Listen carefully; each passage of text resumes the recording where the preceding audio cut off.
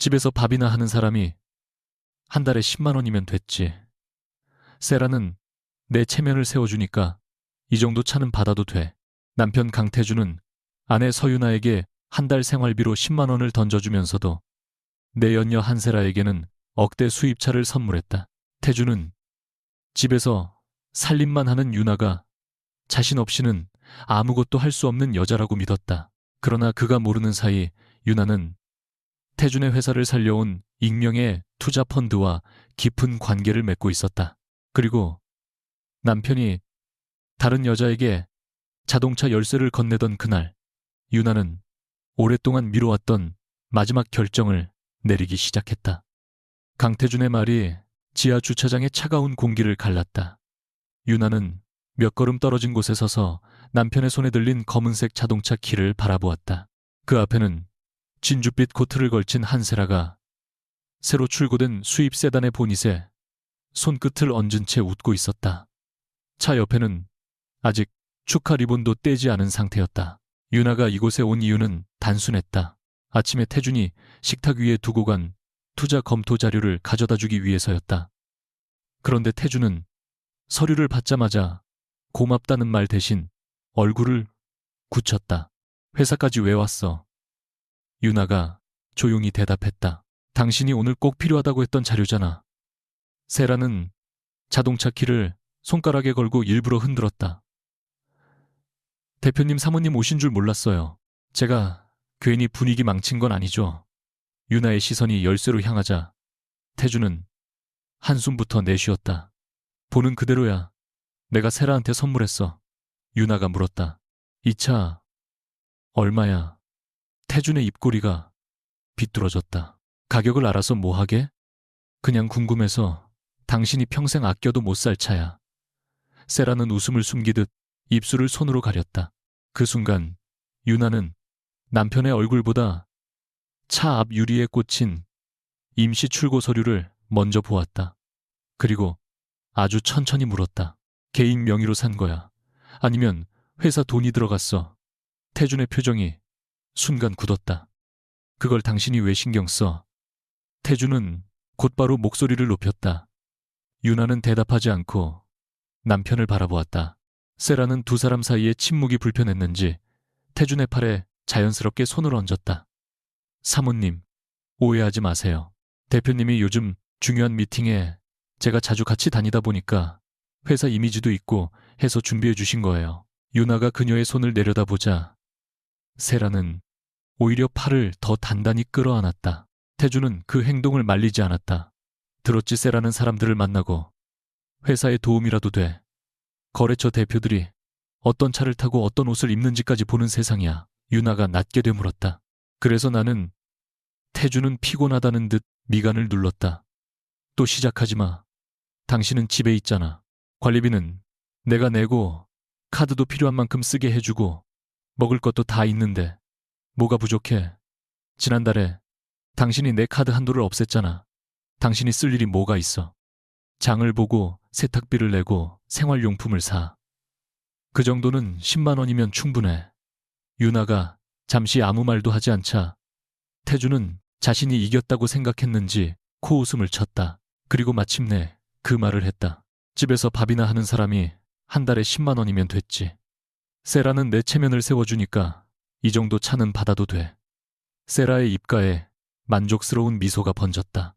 유나는 화를 내지 않았다. 대신 태준이 받은 투자 검토 자료의 첫 장을 손가락으로 가볍게 두드렸다. 오늘 이 자료 끝까지 읽어. 태준이 비웃었다. 당신이 회사 일을 뭘 안다고. 유나는 그의 눈을 똑바로 보며 말했다. 그래, 당신은 아직도 내가 아무것도 모른다고 생각하는구나. 유나가 돌아서자 태준은 잠시 당황했다. 예전 같았으면 적어도 한 번은 이유를 물었을 것이다. 누구냐고, 언제부터였냐고, 자신이 무엇을 잘못했냐고 따졌을 것이다. 더 오래전의 유나라면 눈물을 참으며 집으로 돌아가 태준이 좋아하는 국을 끓이고.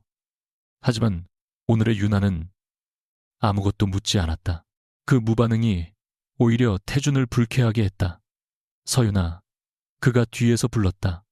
유나가 멈추자 태준은 사람들의 시선을 확인한 뒤 낮은 목소리로 말했다. 회사에서 괜한 소란 만들지 마. 직원들 앞에서 부부 문제 드러내면 결국 당신만 우스워져. 유나가 천천히 돌아보았다. 내가 소란을 만들었어. 표정이 그렇잖아. 무슨 표정인데? 태주는 대답하지 못했다. 유나는 그 침묵을 보고 아주 작게 웃었다. 걱정하지 마. 당신 체면 망칠 생각 없어. 그러고는 세라를 향해 시선을 옮겼다. 차는 축하해요. 그런데 하나는 확인해 두는 게 좋겠네요. 세라의 미소가 옅어졌다. 뭘요? 누가 사줬는지만 보지 말고 누가 끝까지 돈을 내야 하는지도요. 세라가 인상을 찌푸렸지만 유나는 더 설명하지 않았다. 엘리베이터 쪽으로 걸어가는 그녀를 보며 태주는 어이없다는 표정을 지었다. 그러나 유나가 사라진 직후 주차장 한쪽에서 상황을 지켜보던 리온테크 재무담당 전무 민석호는 무심코 허리를 숙였다. 유나는 아주 작게 고개만 끄덕였다. 태주는 그 장면을 보지 못했다. 차가운 엘리베이터 안에서 혼자가 되고 나서야 유나의 손끝이 떨리기 시작했다. 감정이 사라진 것은 아니었다. 오히려 너무 오래 눌러온 감정이 한꺼번에 목구멍까지 차올라 숨을 쉬기 어려웠다. 그녀는 거울처럼 반짝이는 문에 비친 자신의 얼굴을 바라보았다. 단정한 베이지색 코트와 아무 장식도 없는 검은 가방, 화장기, 옅은 얼굴. 태주는 언제부터인가 이런 모습을 보며 그녀를 초라하다고 말했다. 결혼 전에는 정반대였다. 유나가 밤새 자료를 분석하고 아침 첫 미팅에 들어가던 모습을 보며 그는 누구보다 자랑스러워했다. 나중에 내가 성공하면 당신은 일 안 해도 돼. 내가 다 해줄게. 그때 유나는 그 말을 사랑이라고 생각했다. 사업 초기 실패가 이어질 때마다 태준이 자신보다 뛰어난 아내를 바라보며 초라해야 한다는 사실을 알아차린 뒤에는 더욱 뒤로 물러났다. 공개적인 투자 자문을 줄였고 사람들 앞에서 자신의 경력을 말하지 않았으며 결국 집에 머무는 시간이 길어졌다. 어머니가 평생 입버릇처럼 하던 말도 그녀의 선택에 영향을 주었다. 가족이 편하려면 누군가는 한 걸음 물러서야 한다는 말. 유나는 자신이 한 걸음만 물러났다고 생각했다. 그런데 정신을 차리고 보니 태주는 그 빈자리를 밟고 몇십 걸음이나 앞으로 가 있었다. 그리고 지금은 돌아서서 그녀에게 묻고 있었다. 네가 한 게 무엇이냐고. 엘리베이터가 로비에 도착했을 때 유나의 휴대전화가 짧게 울렸다. 화면에는 이름 대신 최 실장이라는 세 글자가 떠 있었다. 유나는 주변을 확인한 뒤 전화를 받았다. 네. 수화기 너머의 남자는 평소처럼 차분했지만 말의 속도가 조금 빨랐다. 대표님, 조금 전에 세 곳에서 최종 의향서가 들어왔습니다. 어제 말씀드린 물량까지 포함하면 목표치 바로 아래까지 갈 수 있습니다. 유나는 유리문 너머 주차장으로 내려가는 입구를 바라보았다. 몇 %죠? 아직 최종 계약 전이지만 확보 가능한 의결권을 합치면 50%에 아주 근접합니다. 다만 마지막 한 곳이 가격을 올리고 있습니다. 유나의 눈빛이 낮아졌다. 서두르지 마세요. 우리가 급하다는 인상을 주면 안 돼요. 알겠습니다. 그리고 강 대표 쪽에서는 아직 지분 이동을 특별한 문제로 보고 있지 않는 것 같습니다. 유나는 씁쓸하게 웃었다. 그럴만했다. 태주는 최근 몇 달 동안 회사 가치가 올라간다는 사실만 즐겼다. 초기 투자자들이 주식을 팔아 이익을 실현하는 것을 오히려 자신의 성공 증명처럼 떠벌렸다. 누가 그 지분을 사 모으고 있는지는 관심 밖이었다. 오늘 전달한 투자 검토서에도 지배구조 위험을 적어뒀어요. 최 실장이 잠시 침묵하다가 말했다. 강 대표가 읽을까요? 유나는 대답하기 전 몇 초를 기다렸다. 읽더라도 자기한테 하는 경고라고는 생각하지 않겠죠. 전화를 끊은 뒤 그녀는 휴대전화를 가방 깊숙이 넣었다. 그 순간까지만 해도 유나는 마지막 한 조각을 사들이는 결정을 내리지 않았다. 아직 마음 한쪽에는 한 번쯤 태준이 돌아볼지도 모른다는 미련이 남아 있었다. 그날 밤 태준은 평소보다 늦게 집에 들어왔다. 현관문이 열리자 값비싼 향수 냄새가 먼저 거실까지 흘러왔다. 유나는 식탁에 앉아 읽던 서류를 뒤집어 놓았다. 태주는 넥타이를 느슨하게 풀며 냉장고부터 열었다. 저녁은 안 먹고 온 거 아니야. 먹긴 했는데 술 마셔서 속 풀게 필요해. 과거의 유나였다면 즉시 자리에서 일어났을 것이다. 그러나 오늘 그녀는 움직이지 않았다. 태준이 냉장고 문을 닫으며 신경질적으로 말했다. 뭐해? 국 없어. 하루 종일 집에서 뭐 했는데. 유나는 그 말을 듣고도 목소리를 높이지 않았다. 당신은 내가 하루 종일 뭘 하는지 한 번이라도 물어본 적 있어. 또 그 얘기야. 태주는 재킷 안주머니에서 작은 흰 봉투를 꺼내 식탁 위로 던졌다. 됐고, 이번 달 생활비. 봉투가 미끄러져 유나의 손등에 닿았다. 그녀가 천천히 열어보니 5만 원권 2장이 들어있었다. 정확히 10만 원이었다. 이게 이번 달 전부야. 왜 모자라? 당신은 오늘 세라 씨한테 차를 사줬어. 그 얘기 그만하라고 했지. 나는 돈 액수를 묻는 게 아니야. 태준이 짜증스럽게 웃었다. 그럼 뭘 묻는데?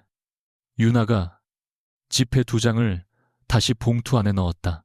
당신이 지금 나를 어떤 사람이라고 생각하는지 확인하는 거야. 태준은 의자를 잡아당겨 앉으며 말했다. 유나야, 현실적으로 생각해. 내가 돈 벌고 당신은 집에 있어. 역할이 다른 거야. 당신이 나처럼 회사에 나가서 수십 명 먹여 살리는 것도 아니잖아. 그 순간 유나의 눈빛에서 마지막 온기가 조금씩 사라졌다. 그 회사 정말 당신 혼자 만든 거라고 생각해. 유나의 질문에 태준이 눈썹을 치켜 올렸다. 갑자기 무슨 소리야? 그냥 대답해봐. 내가 창업했고, 내가 투자받았고, 내가 여기까지 키웠어. 그걸 누가 부정해? 유나는 그를 한동안 바라보았다. 몇 년 전 작은 사무실에서 투자자들에게 연달아 거절당한 뒤 계단에 주저앉아 울던 남자가 떠올랐다. 당시 태주는 유나의 어깨에 얼굴을 묻고 자신이 아무것도 아닌 사람 같다고 말했다. 그날 밤 유나는 처음으로 해원벤처스 투자심의팀에 리온테크 자료를 보냈다. 가족이라는 이유만으로 돈을 넣지는 않았다. 기술과 시장성 제품의 가능성을 모두 검토하게 했고 조건이 충족된 뒤에야 투자를 승인했다. 태준이 다시 일어설 기회를 주고 싶었지만 자신의 이름이 알려지면 그의 자존심이 무너질까봐 모든 절차를 전문 경영인에게 맡겼다. 그 선택이 사랑이라고 믿었다. 지금 태준은 그 기억을 전혀 모른 채 자신만의 성공 신화를 말하고 있었다. 유나가 조용히 물었다. 당신 회사에 제일 처음 큰돈을 넣어준 투자자가 누군지는 알아? 태준이 즉시 대답했다. 해원벤처스. 그 회사 대표 얼굴은 알아. 공개 활동 안 하는 사람이라 몇 번을 요청해도 안 만나주더라. 그래도 날 인정한 사람이지. 사람 보는 눈은 정확해. 유나의 입술에 허탈한 미소가 걸렸다. 그래, 사람 보는 눈이 정확했는지는 나중에 알겠네. 태주는 그 말을 빈정거림으로 받아들였다. 당신 요즘 왜 이렇게 빅고와 세라 때문에 질투하는 거면 솔직히 말해. 유나는 봉투를 손에 든 채 자리에서 일어났다. 내가 질투한다고 생각하면 마음이 편해. 그럼 아니야. 한세라 씨가 당신한테서 뭘 받든 이제 그게 내 문제인지 모르겠어. 그 순간 태준의 얼굴에서 웃음이 사라졌다. 이상하게도 화를 내는 유나보다 체념한 유나가 더 불편했다. 그는 자신도 모르게 목소리를 높였다. 서윤아, 선 넘지 마. 내가 참고 있다고 해서 당신이 뭐라도 된 줄 알면 곤란해. 유나가 뒤돌아보았다. 이고 노우미를 내가 뭐라고 생각하는데 내가 없으면 아무것도 못하는 사람이잖아. 짧은 침묵이 흘렀다. 내가 뭐라고 생각하는데 이크르미로 그 말은 결혼 생활 동안 태준이 수없이 다른 방식으로 표현해온 문장이었지만 이렇게 선명하게 입 밖으로 나온 적은 처음이었다. 유나는 오히려 마음이 차분해지는 것을 느꼈다. 그래, 그럼 한번 확인해보자. 태준이 인상을 찌푸렸다. 뭘? 유나는 대답하지 않았다. 봉투를 들고 침실 쪽으로 걸어가다가 문 앞에서 멈춰섰다. 아까 차 얘기 말인데 정말 회사 자금과 아무 상관없는 거 맞지? 태준의 시선이 흔들렸다. 내가 알아서 처리했어. 나는 예 아니오만 물었어. 당신이 감사라도 할 거야. 유나는 그의 회피를 대답으로 받아들였다. 알았어. 그 한마디 뒤에 더 이상의 질문은 없었다. 침실 옆 작은 서재의 문을 잠근 뒤 유나는 옷장 가장 아래 칸에서 낡은 회색 상자를 꺼냈다. 상자 안에는 흰 봉투들이 날짜 순서대로 가지런히 쌓여 있었다. 10만 원, 15만 원, 10만 원, 8만 원, 10만 원, 8만 원. 태준이 한 달 생활비라며 건넨 돈이었다. 처음에는 정말 그 돈으로 생활하려 했다. 하지만 어느 순간부터 유나는 한 장도 쓰지 않고 따로 보관했다. 돈이 필요 없어서가 아니었다. 매달 자신에게 던져진 봉투가 두 사람의 관계가 어디까지 망가졌는지 보여주는 기록처럼 느껴졌기 때문이다. 오늘 받은 봉투를 가장 위에 올려놓자 30개가 넘는 봉투가 한눈에 들어왔다. 유나는 그걸 바라보다 오래전 어머니의 목소리를 떠올렸다. 가족이 깨지지 않으려면 누군가는 참아야 한다는 말. 그녀는 두 손으로 상자의 뚜껑을 천천히 닫았다. 엄마, 그 말 틀렸어. 아무도 듣지 못하는 목소리였다. 한 사람만 계속 참으면 가족이 지켜지는 게 아니라 다른 사람이 참는 걸 당연하게 배우는 거야. 그 말을 입 밖으로 내는 순간 유나는 자신이 지난 몇 년 동안 가장 듣고 싶었던 말을 스스로에게 하고 있다는 사실을 깨달았다. 눈물이 한 방울 떨어졌지만 닿지 않았다. 오늘 흘리는 눈물이 태준을 붙잡기 위한 마지막 눈물은 아니었다. 오히려 놓아주기 위한 첫 번째 눈물에 가까웠다. 휴대전화 화면이 다시 켜졌다. 최 실장이 보낸 메시지였다. 마지막으로 협상 중이던 주주 측에서 조건을 일부 낮출 의사가 있다는 내용이었다. 계약이 성사되면 해원벤처스와 우호 지분을 통해 확보 가능한 의결권은 목표에 결정적으로 가까워진다. 유나는 메시지를 오래 바라보았다. 한 번 승인하면 되돌리기 어려운 선택이었다. 그것은 남편을 겁주기 위한 카드가 아니었다. 태준이 계속 현재 방식으로 회사를 운영한다면 실제 경영권 변화까지 각오해야 하는 결정이었다. 유나의 손가락이 통화 버튼 위에서 잠시 멈췄다. 거실에서는 태준이 누군가와 통화하며 큰 소리로 웃고 있었다. 문틈 사이로 그의 말이 희미하게 들려왔다. 걱정 마. 우리 최대 투자자는 내 편이야. 이번에도 투자 연장할 거야. 내가 없으면 리온테크가 굴러가겠어. 이어지는 웃음소리와 함께 세라라는 이름도 들렸다. 유나는 눈을 감았다가 천천히 떴다. 그리고 최 실장에게 전화를 걸었다. 상대가 받자 그녀는 짧게 말했다. 최 실장님. 네, 대표님.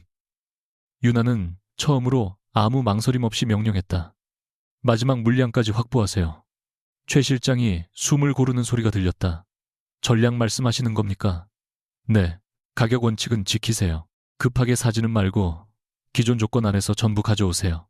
그렇게 되면 강태준 대표가 나중에 알아차릴 가능성이 높습니다.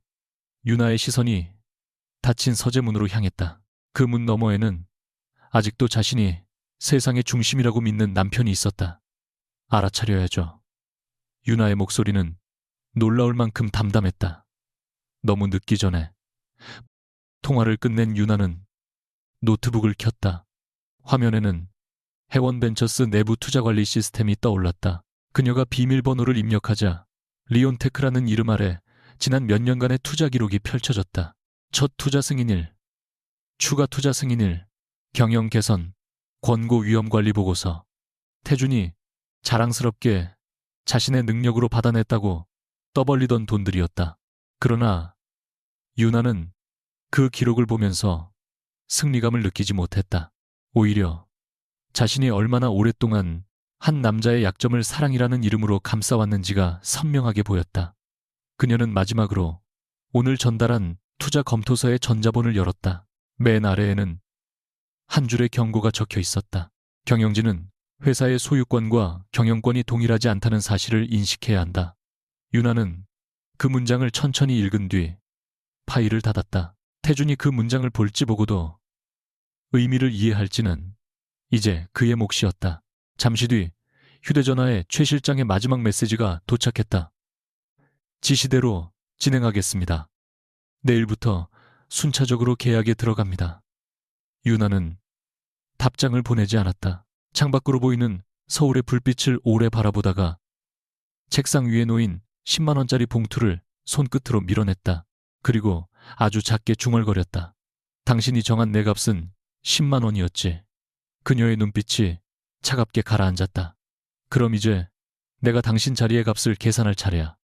강태주는 다음 날 아침 평소보다 일찍 회사에 도착했다. 전날 유나가 건넨 투자 검토서는 책상 한쪽에 그대로 놓여 있었다. 그는 커피를 한 모금 마시며 첫 장만 대충 넘겼다가 곧 휴대전화를 집어들었다. 화면에는 한세라가 보낸 사진이 떠 있었다. 새 차 운전석에 앉아 선글라스를 쓴 세라가 손가락으로 V자를 그리고 있었다. 사진 아래에는 짧은 문장이 붙어 있었다. 대표님 덕분에 오늘도 자신감 넘쳐요. 태주는 피식 웃었다. 바로 그 순간 재무담당 전무 민석호가 문을 두드리고 들어왔다. 대표님, 어제 말씀드린 지분 변동 자료입니다. 태주는 서류를 받지도 않은 채 손짓했다.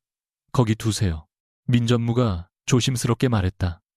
최근 2달 동안 초기 주주 3곳이 지분을 정리했습니다. 매수 주체가 서로 다른 법인으로 잡히긴 하는데 최종 자금 출처가 비슷해 보입니다.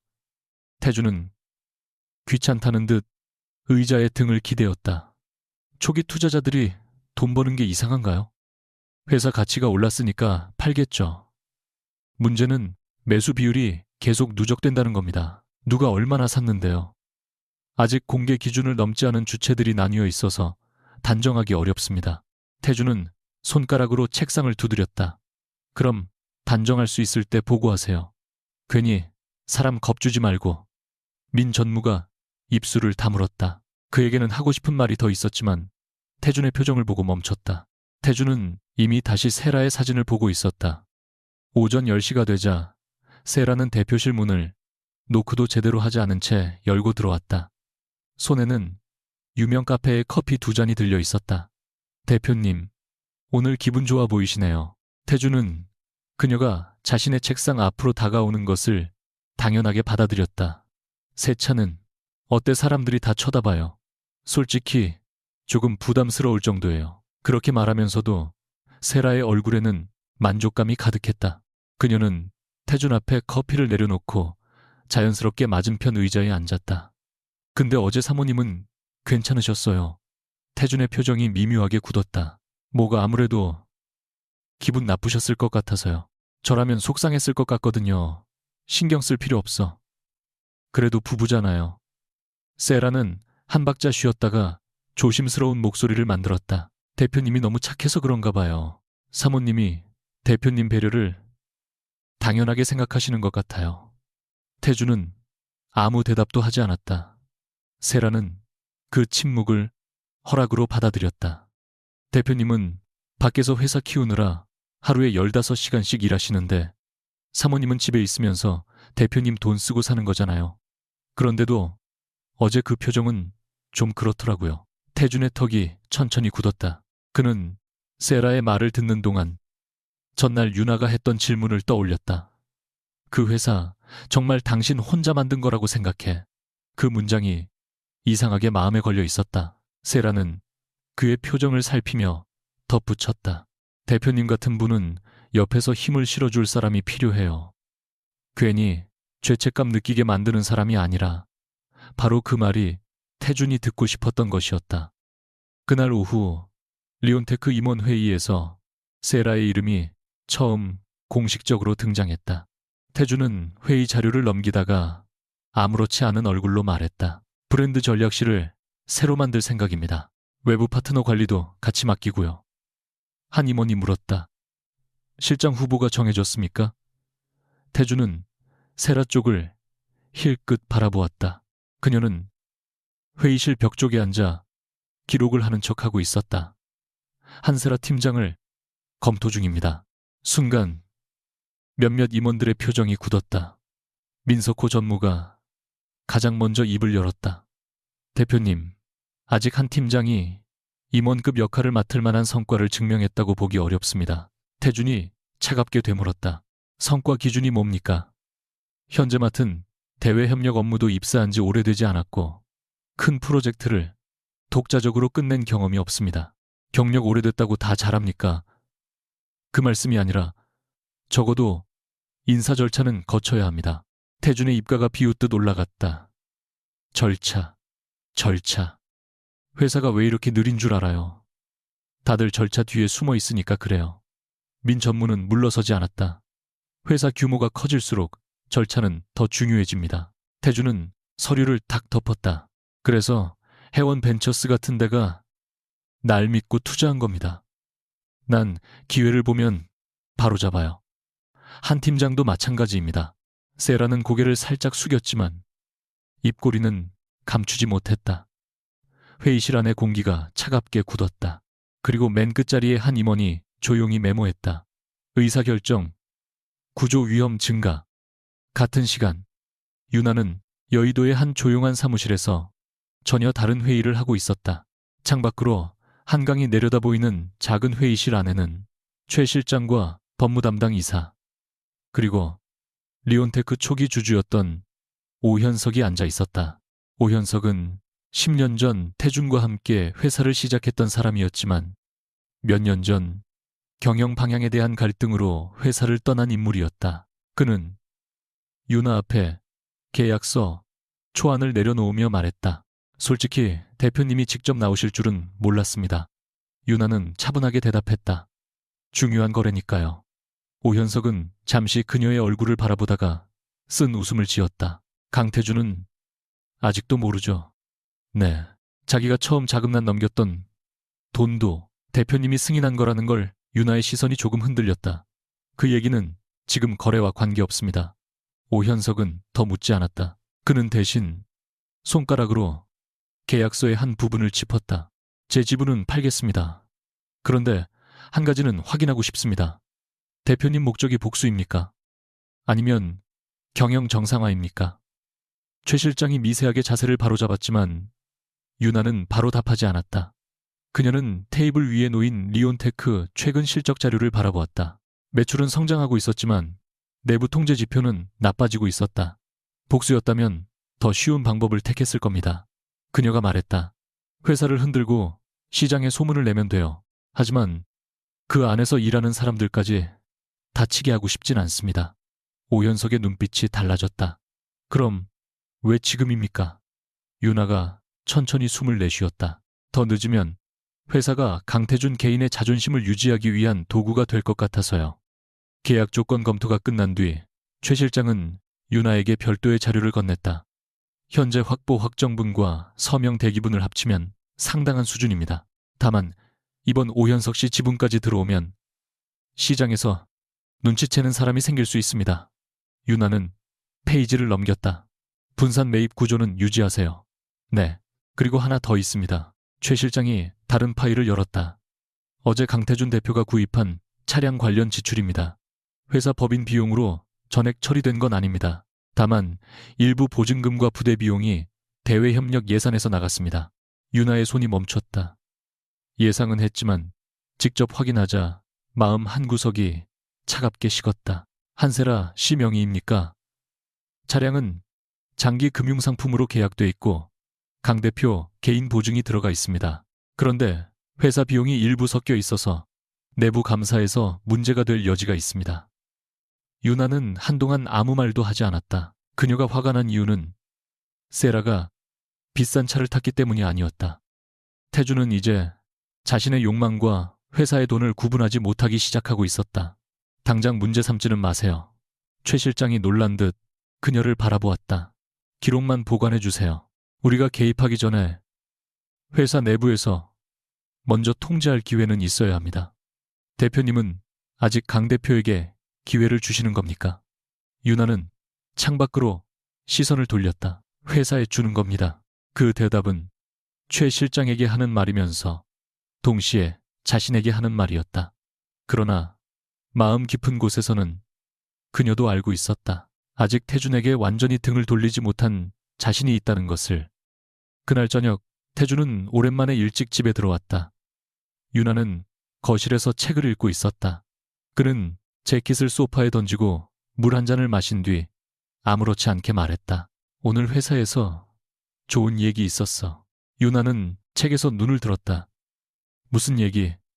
새 조직 하나 만들 거야. 세라가 맡게 될 수도 있고.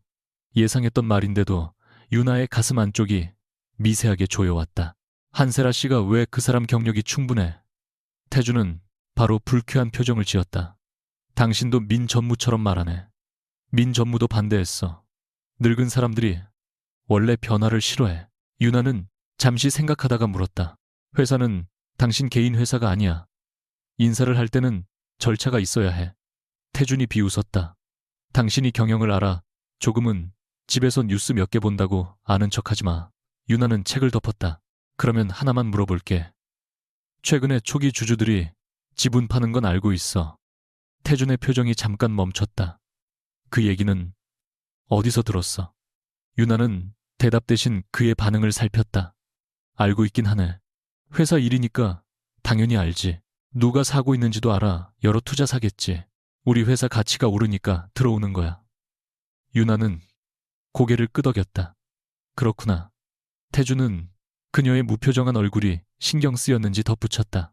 그리고 가장 중요한 건 해원벤처스가 여전히 우리 편이라는 거야. 이번 증자도 긍정적으로 보고 있대.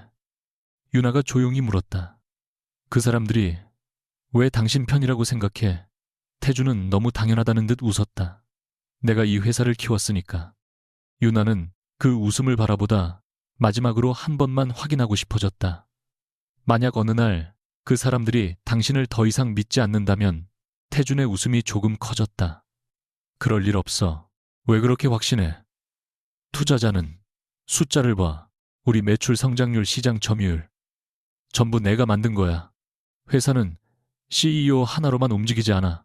또 시작이네. 강태준. 유나가 그의 이름을 정확히 부르자 태준의 표정이 굳었다. 사람들이 회사에 투자하는 건 당신이라는 사람 하나를 사는 게 아니야. 기술, 직원, 거래처, 시스템, 미래가치까지 다 보는 거야. 태준은 잠시 그녀를 뚫어져라 바라보다가 헛웃음을 터뜨렸다. 진짜 웃기네. 당신이 언제부터 투자 전문가였어? 유나는 입술을 열었다가 다시 닫았다. 아주 짧은 순간 모든 것을 말할 수 있었다. 해원벤처스의 첫 투자를 승인한 사람이 자신이라는 것. 태준이 모르는 동안 몇 번이나 회사의 자금 위기를 넘겨준 것도 자신이라는 것. 그리고 지금 시장에서 흩어져 나오는 주식을 사들이는 쪽 역시 자신이라는 것을. 하지만 그녀는 결국 말하지 않았다. 아직은 그가 스스로 깨달을 마지막 가능성을 남겨두고 싶었다. 유나가 고개를 돌렸다. 태준은 그것을 또다시 패배로 받아들였다. 봐, 결국 할 말 없잖아. 며칠 뒤 세라는 공식 임명도 되기 전에 브랜드 전략실 예정 공간을 자기 사무실처럼 꾸미기 시작했다. 기존 팀원들의 자리를 옮기라고 지시하고 거래처 미팅 명단까지 요구했다. 그러다 한 중견 직원이 아직 조직 개편안이 승인되지 않았다고 말하자 세라는 즉시 태준에게 전화를 걸었다. 오후가 되기도 전에 그 직원은 지방 프로젝트로 발령이 났다. 소문은 순식간에 회사 전체로 퍼졌다. 민석호 전무는 더 이상 참지 못하고 대표실로 들어갔다. 대표님, 이건 위험합니다. 태준은 노트북에서 눈도 떼지 않았다. 뭐가요? 정식 권한도 없는 사람의 요청으로 인사를 바꾸면 직원들이 어떻게 받아들이겠습니까? 내가 승인했습니다. 그래서 더 문제입니다. 태준이 천천히 고개를 들었다. 민 전무님, 요즘 선을 많이 넘네요. 회사를 지키려고 하는 말입니다. 회사는 내가 지킵니다. 대표님 혼자 회사가 아닙니다. 그 말에 태준의 얼굴이 붉어졌다. 그만 나가세요. 민 전무가 움직이지 않자 태준은 더 낮은 목소리로 말했다. 계속 이런 식이면 자리도 다시 생각해 보겠습니다.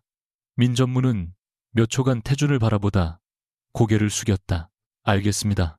문을 나서기 전 그는 마지막으로 덧붙였다. 다만 대표님 주주들은 직원처럼 명령한다고 움직이지 않습니다. 태준은 대답하지 않았다. 문이 닫히자 그는 책상 위에 놓인 해원벤처스의 투자 의향 이메일을 바라봤다. 그 이메일에 적힌 긍정적 검토라는 문구만이 그의 눈에 들어왔다. 조건부라는 단어는 읽지 않았다. 같은 날 밤, 유나는 성수동의 작은 회의실에서 또 다른 주주와 마주 앉아 있었다. 이번 상대는 리온테크 초기 직원에게서 주식을 사들였던 개인 투자자였다. 그는 유나에게 조건을 제시하며 계속 가격을 높이려 했다. 다른 데서도 연락 왔습니다. 리온테크 주가가 더 오를 거라고 보는 사람 많아요. 제가 굳이 지금 팔 이유가 없죠. 유나는 전혀 흔들리지 않았다. 그럼 보유하세요. 상대가 당황했다. 네, 저희는 정해둔 가격 이상으로 사지 않습니다. 대표님 쪽이 지분을 꼭 필요로 하는 거 아니었습니까? 필요한 것과 무리해서 사는 건 다릅니다. 크로, 비로를 물은 마이또. 남자는 유나의 얼굴을 살폈다. 그녀가 급하다는 기색을 전혀 보이지 않자 결국 먼저 한 발 물러섰다. 그럼 처음 얘기한 조건에 수수료만 조금 조정하죠. 유나는 최 실장 쪽을 바라보았다. 최 실장이 작게 고개를 끄덕였다. 거래가 끝난 뒤 주주가 방을 나가자 최 실장이 말했다. 방금 거래까지 반영하면 계획보다 빠릅니다. 유나가 물었다. 얼마나 남았죠? 이제 몇 곳만 더 정리하면 됩니다. 다만 여기서부터는 작은 움직임도 강 대표 측의 신호가 될 수 있습니다. 유나는 펜을 내려놓았다. 괜찮아요. 알아차릴 기회는 이미 여러 번 줬으니까. 최 실장은 잠시 망설이다가 말했다. 오늘 리온테크 내부에서 인사 문제로 반발이 있었다고 합니다. 유나의 눈빛이 달라졌다. 한세라 씨 때문인가요? 네. 강 대표가 반대하는 직원을 사실상 보복성으로 이동시켰습니다. 유나는 한동안 조용히 있었다. 그리고 처음으로 차갑게 말했다. 이제 회사가 아니라 자기 왕국이라고 생각하나 보네요. 집으로 돌아온 유나는 현관에서 남편의 구두를 발견했다. 거실에서는 태준이 통화 중이었다. 그래 세라야. 신경 쓰지 마. 내가 있는데 누가 너한테 뭐라고 해. 그의 목소리는 다정했다. 유나는 그 문장을 듣는 순간 이상할 만큼 마음이 차분해졌다. 자신에게는 단 한 번도 그런 확신을 주지 않았던 남자였다. 통화가 끝나자 태준은 유나를 발견하고 말했다. 어디 갔다 와? 약속. 누구랑? 유나는 신발을 벗으며 대답했다. 당신이 모르는 사람. 태준의 미간이 좁아졌다. 요즘 자꾸 밖에 나다니던데 문제 있어. 괜히 이상한 데 돌아다니면서 내 이름 팔고 다니지 마. 유나가 천천히 그를 돌아보았다. 당신 이름이 그렇게 비싸. 뭐 아무것도 아니야. 그녀는 침실로 들어가려다가 멈췄다. 태준아. 그가 쳐다보자 유나는 아주 담담하게 말했다. 당신이 요즘 제일 믿는 게 뭔지 알아? 갑자기 무슨 소리야. 해원벤처스. 태준의 입가에 자신만만한 미소가 생겼다. 당연하지. 걔네가 얼마나 큰 돈을 넣었는데. 그럼 그들이 끝까지 당신 편일 거라고 생각해. 아까도 말했잖아. 그 사람들은 나를 보고 투자한 거야. 유나는 짧게 웃었다. 이번에는 슬픈 웃음도 아니었다. 그래. 그 믿음 끝까지 지켜. 그녀가 방으로 들어간 뒤 태준은 이상한 기분에 한동안 문을 바라보았다. 하지만 그 불안은 오래가지 않았다. 몇 분 뒤 세라가 보내온 메시지를 확인한 그는 다시 웃기 시작했다. 유나는 방문을 닫고 노트북을 켰다. 화면에는 리온테크의 지분 구조가 업데이트되어 있었다. 몇 달 전까지만 해도 흩어져 있던 숫자들이 이제 하나의 방향으로 모이고 있었다. 최 실장이 보낸 메모가 떠 있었다. 다음 거래가 성사되면 실질적 영향력은 더 커집니다. 다만 이후부터는 강 대표 측에서도 대응 가능성이 있습니다. 유나는 그 문장을 읽은 뒤 키보드 위에 손을 올렸다. 태준에게는 아직 시간이 있었다. 경영을 바로잡고 세라를 회사와 분리하고 직원들의 경고를 듣고 투자자들이 무엇을 보고 돈을 넣는지 다시 생각할 시간. 그러나 그가 선택하는 것은 매번 반대였다. 유나는 잠시 눈을 감았다. 그리고 최 실장에게 메시지를 보냈다. 다음 주주 협상도 예정대로 진행하세요. 다만 가격은 절대 올리지 마세요. 몇 초 뒤 답장이 왔다. 알겠습니다. 그리고 대표님 다음 단계부터는 숨기기 어려울 수 있습니다. 유나는 화면을 바라보다 천천히 답했다. 숨기려고 시작한 일이 아닙니다. 준비가 끝날 때까지 공개하지 않았을 뿐이에요. 전송 버튼을 누른 뒤 그녀는 리온테크의 로고가 떠 있는 화면을 바라보았다. 그 회사는 한때 태준의 꿈이었고 자신도 그 꿈을 지키고 싶었다. 하지만 지금 그녀가 지키려는 것은 더 이상 태준의 자존심이 아니었다. 그 안에서 일하는 사람들과 자신의 침묵 때문에 잘못된 방향으로 커져버린 회사를 지켜야 했다. 그리고 무엇보다도 이번에는 자신을 뒤로 물러나게 하지 않을 생각이었다. 리온테크 본사 최상층 대표실에서 강태준은 이혼 합의서 첫 장을 손가락으로 두드리고 있었다. 그의 맞은편에 앉은 유나는 서류를 내려다보면서도 놀라지 않았다. 오히려 언젠가 올 줄 알았던 순간이 드디어 왔다는 듯 지나치게 차분했다. 태준은 그 침묵이 못마땅했는지 먼저 입을 열었다. 복잡하게 만들 생각 없어. 집은 내가 정리할 테고 당분간 생활하는 데 부족하지 않을 정도는 챙겨줄게. 유나가 고개를 들었다. 부족하지 않을 정도가 얼마인데. 태준은 잠깐 말을 멈췄다가 무심하게 대답했다. 당신 혼자 살기엔 충분할 거야. 또 당신이 정해 현실적으로 생각하자는 거야. 당신은 결혼하고 나서 제대로 된 소득도 없었잖아. 유나의 입가에 아주 얕은 미소가 걸렸다. 태준은 그것을 비웃음으로 받아들였는지 목소리를 낮췄다. 그리고 회사 근처에 와서 이상한 행동하지 않았으면 좋겠어. 다음 주에 중요한 행사가 있어. 투자자들도 오고 새 조직 발표도 할 거야. 유나는 그제야 서류에서 시선을 떼었다. 한세라 씨도 소개할 거야. 태준의 눈빛이 잠시 흔들렸지만 곧 차갑게 굳었다. 그게 당신이 알아야 할 일이야. 아니, 이제 정말 아니네. 유나는 가방을 열었다. 태준은 그녀가 도장을 꺼낼 거라 생각했다. 하지만 테이블 위에 올라온 것은 낡은 회색 상자였다. 유나가 뚜껑을 열자 수십 개의 흰 봉투가 빼곡히 드러났다. 태준의 표정이 굳었다. 이게 뭐야? 유나는 가장 위의 봉투 하나를 꺼내 그의 앞으로 밀었다. 당신이 나한테 준 생활비. 태준은 처음에는 이해하지 못했다. 그러다 봉투마다 적힌 날짜와 금액을 확인한 순간 얼굴이 붉어졌다. 이걸 왜 모아놨어? 유나는 차분히 봉투를 하나씩 꺼냈다. 10만 원, 15만 원, 8만 원, 다시 10만 원. 당신 기분에 따라 달라지더라. 지금 돈 적게 줬다고 이러는 거야. 아니, 유나는 그의 말을 잘랐다.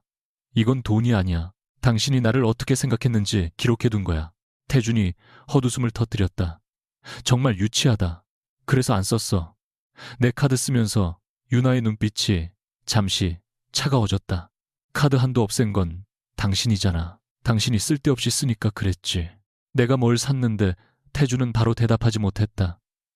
유나는 그 반응을 예상했다는 듯 말을 이었다. 당신 셔츠 세탁비, 집 관리에 필요한 물건, 당신 어머니 생신 선물 거래처에서 집으로 보내온 사람들, 접대 준비, 그걸 다 내 소비라고 생각했지. 태준이 짜증스럽게 의자를 밀었다. 그래서 원하는 게 뭔데 돈 더 줄까? 유나는 고개를 저었다. 아직도 모르네. 그녀는 마지막 봉투까지 꺼내 이혼합에서 위에 올렸다. 이건 생활비가 아니야. 당신이 우리 결혼을 얼마짜리로 생각했는지 보여주는 영수증이야. 순간 태준의 입술이 굳었다. 유나는 그를 바라보며 덧붙였다. 나는 오늘 돈 받으러 온 게 아니야. 당신이 정해놓은 내 가격을 돌려주러 온 거야. 태준은 상처받은 자존심을 분노로 덮었다. 좋아.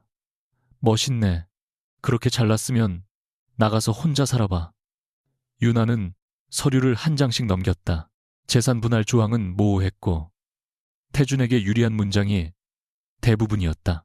특히 리온테크와 관련된 권리나 향후 가치 상승에 대해 유나가 어떠한 주장도 하지 않는다는 문장이 눈에 들어왔다. 태준은 그녀가 그 조항을 오래 바라보자 자신 있게 말했다. 회사에 욕심낼 생각은 하지 마. 그런고 리온테크는 내가 만든 회사야. 유나의 손끝이 멈췄다. 정말 그렇게 믿어? 뭘 또 말 돌려. 그 회사가 지금까지 몇 번이나 자금난을 넘겼는지 기억해. 당연하지. 첫 번째, 대규모 투자 없었으면 어떻게 됐을까? 태준이 피곤하다는 듯 눈을 굴렸다. 해원 벤처스 얘기하려는 거야. 그건 내가 받아낸 투자야. 당신이 받아냈다고. 내 사업계획서, 내 기술, 내 프레젠테이션으로 유나는 한동안 그를 바라보았다. 그럼 하나만 물어볼게. 당신은 해원 벤처스 대표가 누군지도 모르면서 왜 그렇게 그 사람이 당신을 믿는다고 확신해? 태준의 표정이 굳었다. 유나는 천천히 말을 이어갔다. 당신이 3번 거절당하고 거의 포기했던 시기에 왜 그곳만 투자했는지 생각해 본 적 있어? 추가 자금이 필요할 때마다 왜 이상할 정도로 마지막 순간에 승인이 떨어졌는지도. 태준은 잠시 침묵했다가 코웃음을 쳤다. 투자자가 가능성을 봤으니까. 유나가 조용히 말했다. 그래, 가능성은 봤겠지. 하지만 당신이 생각하는 것과는 다른 걸 봤을 수도 있어. 잠시 후 대표실 문이 열리고 세라가 들어왔다. 그녀는 유나를 발견하자 걸음을 멈췄지만 놀란 기색은 금세 감췄다. 제가 방해했나요? 태준은 마치 일부러 유나에게 보여주려는 것처럼 손짓했다. 들어와. 거의 끝났어. 세라는 태준 옆으로 걸어가 서류를 힐끗 내려다봤다. 이혼 합의서라는 글자를 확인하는 순간 눈빛에 만족감이 번졌다. 하지만 입으로는 조심스럽게 말했다. 사모님, 저는 정말 이런 식으로 되길 바란 건 아니에요. 유나가 그녀를 바라봤다. 그럼 어떤 식으로 되길 바랐어요? 세라가 순간 말을 잃었다. 유나는 담담하게 이어갔다. 남의 남편에게 차받고 회사 자리를 받고 그 아내가 조용히 사라지는 정도. 말씀이 너무 심하시네요. 심한 건 말이 아니라 행동 아닐까요? 태준이 탁자를 쳤다. 그만해. 유나가 그를 쳐다보자 태준은 세라 앞으로 한 걸음 나섰다. 세라한테 화풀이 하지 마. 내가 선택한 거야. 그 모습이 이상할 정도로 익숙했다. 예전에는 태준이 투자자 앞에서 모욕을 당하고 돌아왔을 때 유나가 그의 앞을 막아섰다. 지금 그는 다른 여자를 위해 똑같은 자세를 취하고 있었다. 유나는 고통보다 선명한 깨달음을 느꼈다. 알아. 그래서 당신한테 묻는 거야. 그녀는 태준을 똑바로 바라봤다. 정말 한세라 씨를 회사 경영에까지 넣을 거야. 능력 있으면 안 될 이유가 없지. 검증은 했어. 내가 판단했어. 이사회 의견은 내가 대표야. 유나의 눈빛이 싸늘해졌다. 그 말 꼭 기억해둬. 그날 오후 태준은 예정되어 있던 조직 개편안을 밀어붙였다. 브랜드 전략실 신설과 세라의 실장 승진을 한꺼번에 진행하겠다는 내용이었다. 민석호 전무를 비롯한 일부 임원들은 공식적으로 우려를 제기했다. 태준은 회의실 중앙에 앉아 그들을 차례로 바라봤다. 회사가 성장하는데 아직도 스타트업 시절 방식으로 굴릴 수는 없습니다. 민 전무가 대답했다. 그래서 더 객관적인 인사 기준이 필요하다는 말씀입니다. 한세라 실장의 대외 네트워크는 제가 직접 확인했습니다. 그 네트워크로 실제 성과를 만든 기록은 아직 부족합니다. 태준의 눈빛이 날카로워졌다. 민 전무님은 요즘 제 결정마다 반대하시네요. 대표님의 결정이라서 반대하는 게 아닙니다.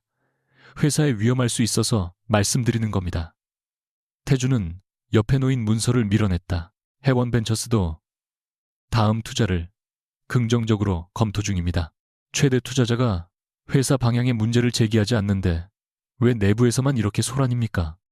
민 전무는 잠시 태준을 바라보다 낮게 말했다. 대표님 투자자가 돈을 더 넣는다는 것과 대표님의 모든 결정을 지지한다는 건 다른 문제입니다. 태준은 듣지 않았다. 오히려 그날 바로 한 가지 안건에 서명했다. 경영 효율화를 명분으로 일부 의사결정 권한을 대표에게 집중시키는 내부 규정 변경이었다. 그 문서는 단기적으로는 태준의 권한을 키워주는 것처럼 보였다. 그러나 동시에 특정 경영 위험이 발생할 경우 주요 주주들이 긴급 이사회 소집을 요구할 수 있는 기존 조항을 그대로 남겨두고 있었다. 민 전무는 서명이 끝난 문서를 바라보며 짧게 숨을 내쉬었다. 태준은 자신이 왕좌를 단단히 고정했다고 생각했다. 실제로는 마지막 안전장치의 존재조차 제대로 읽지 않은 채 스스로 문을 열어준 셈이었다. 유나는 그날 저녁 해원 벤처스 사무실에서 최 실장과 마주 앉아 있었다. 테이블 위에는 3개의 계약서가 놓여 있었다. 2건은 이미 서명이 끝났고 마지막 한 것만 남아 있었다. 최 실장이 조심스럽게 말했다. 오늘 계약까지 반영하면 목표선을 넘길 수 있습니다. 다만 마지막 주주가 본인이 직접 대표님과 이야기하고 싶다고 합니다. 유나는 고개를 끄덕였다. 잠시 뒤 회의실로 들어온 사람은 70에 가까운 남자였다. 리온테크 설립 초기에 자금을 넣은 개인 투자자 박정수였다. 그는 유나를 보자 한동안 아무 말도 하지 않았다. 그러다 천천히 웃었다. 몇 년 전 투자 설명회에서 본 적 있습니다. 유나가 놀라지 않고 대답했다. 기억하시네요. 그때는 해원 쪽 분석팀 사람인 줄 알았습니다. 강태준 대표 옆에 앉아있던 분이었죠. 유나는 과거를 떠올렸다. 태준이 첫 투자를 받기 직전 그녀는 이름을 감춘 채 한 번 회의에 참석한 적이 있었다. 박정수는 계약서를 내려다보다 말했다. 내가 이 주식을 파는 이유는 가격 때문이 아닙니다. 강 대표가 변했어요. 처음에는 기술을 지키려던 사람이었는데 지금은 자신을 지키려고 회사를 씁니다. 유나의 표정이 무거워졌다. 그래서 더 신중해야 합니다. 대표님은 남편을 끌어내리고 싶은 겁니까? 유나는 바로 대답하지 않았다. 잠시 뒤 천천히 말했다. 제가 원하는 건 남편의 몰락이 아닙니다. 그녀의 시선이 계약서 위에 멈췄다. 하지만 회사를 지키려면 강태준이 대표 자리에서 내려와야 하는 상황이 온다면 이제는 피하지 않을 겁니다. 박정수가 돌아간 뒤 최 실장은 최종 지분 계산표를 화면에 띄웠다. 숫자는 유나가 몇 달 동안 바라보던 경계선을 마침내 넘어섰다. 최 실장이 낮은 목소리로 말했다. 서명만 완료되면 우호 지분을 포함한 의결권 기준으로 51%를 확보합니다. 유나는 숫자 51을 오래 바라보았다. 그 단순한 2자리 숫자 안에는 지난 수개월의 협상과 거절 수십 번의 검토 잠 못 이룬 밤들이 들어있었다. 무엇보다 자신의 결혼이 정말 끝났다는 인정이 들어있었다. 최 실장이 물었다. 승인할까요? 유나는 펜을 들었다가 멈췄다. 오늘 태준 씨가 이혼 합의서를 줬어요. 최 실장의 얼굴에 놀람이 스쳤지만 그는 아무 말도 하지 않았다. 유나는 쓴 웃음을 지었다. 이상하죠. 몇 달 동안 준비했는데도 막상 그 종이를 보니까 한순간은 모든 걸 멈추고 싶었어요. 대표님, 혹시 그 사람이 돌아오면 회사도 결혼도 아직 살릴 수 있지 않을까 생각했어요. 유나는 고개를 숙였다가 다시 들었다. 그런데 그 생각이 제 가장 큰 잘못이었어요. 계속 제가 물러나면 언젠가는 스스로 멈출 거라고 믿은 것. 최 실장이 조용히 말했다. 지금도 멈출 수는 있습니다. 유나는 그를 바라보았다. 알아요. 알아요. 알아요. 그리고 펜 끝을 계약서에 가져갔다. 그래서 제 선택으로 계속하는 거예요. 서명이 끝나는 소리는 거의 들리지 않았다. 하지만 유나에게는 지난 몇 년간 붙잡고 있던 무언가가 끊어지는 소리처럼 느껴졌다. 그날 밤 집으로 돌아오자 식탁 위에는 이혼 합의서가 다시 놓여 있었다. 태주는 소파에서 술을 마시며 유나를 기다리고 있었다. 오늘 왜 연락 안 받았어? 일이 있었어. 무슨 일? 내가 하는 일. 태준이 비웃었다. 비웃었다. 비웃었다. 당신이 하는 일이 대체 뭔데? 유나는 코트를 벗어걸고 그의 맞은편에 앉았다. 내일 회사 행사 몇 시야? 태준의 눈이 가늘어졌다. 왜 물어볼 수도 있잖아. 오지마. 대답은 단호했다. 세라도 공식적으로 소개할 거고 투자자들 앞에서 괜히 분위기 이상하게 만들고 싶지 않아. 유나는 고개를 끄덕였다. 알았어. 태준은 그녀가 너무 쉽게 물러나자 오히려 불안해졌다. 합의서도 빨리 결정해. 나도 계속 기다려줄 생각 없어. 유나는 종이를 집어들었다. 태준아, 하나만 마지막으로 물을게. 뭔데?